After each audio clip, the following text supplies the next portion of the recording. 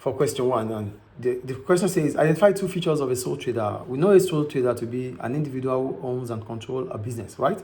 So one of the two features of a sole trader is one, all the profits are kept by the sole trader. Two, they have unlimited liability. Clear? Sole trader? Yeah, they have unlimited liability. They have limited? Unlimited.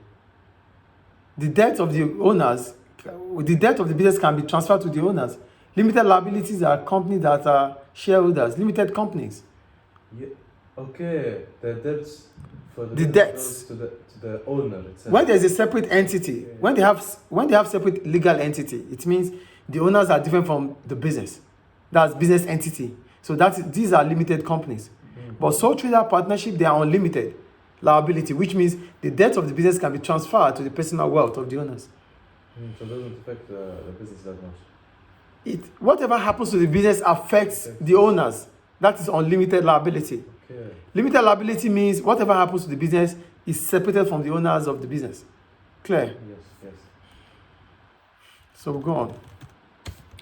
B, they said working capital, divine working capital. First, working capital could be current asset minus current liabilities. That is working capital. Or you say it is the amount of money available to a business to operate its day-to-day activities. Yes. Clear?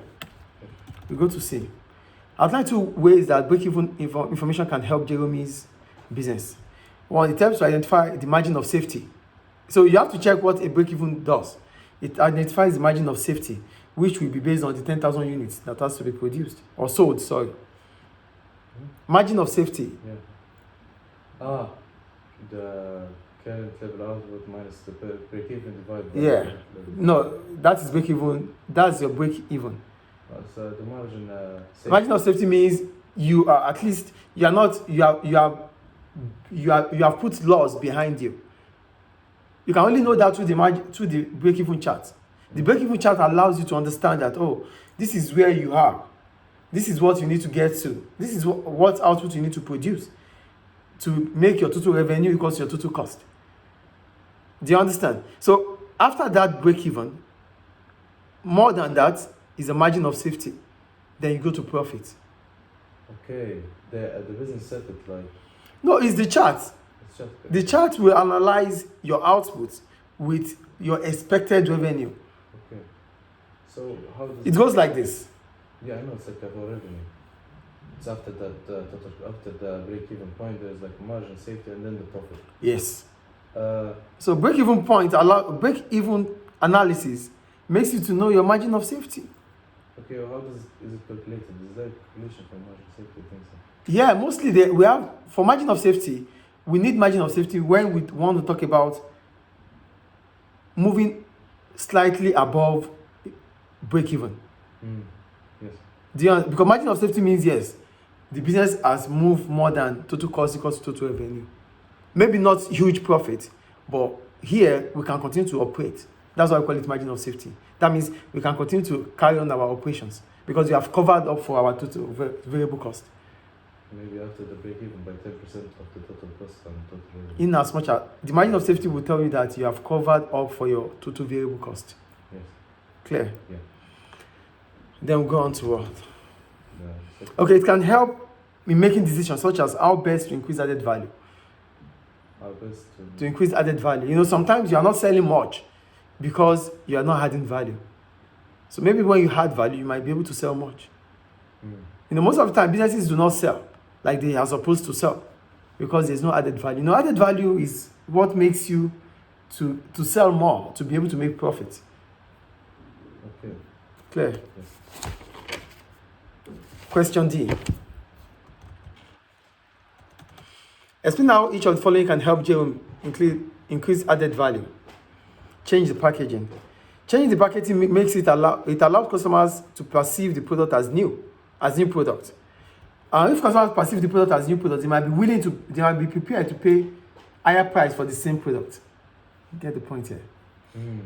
Packaging allows Jerome it makes customers to perceive the product to be a new one, making them feel like they can pay more for that product. But it's the same product they are paying more for. I think it's like a high quality product, but it might be a high quality. It's about customer perception, feeling that the product is new.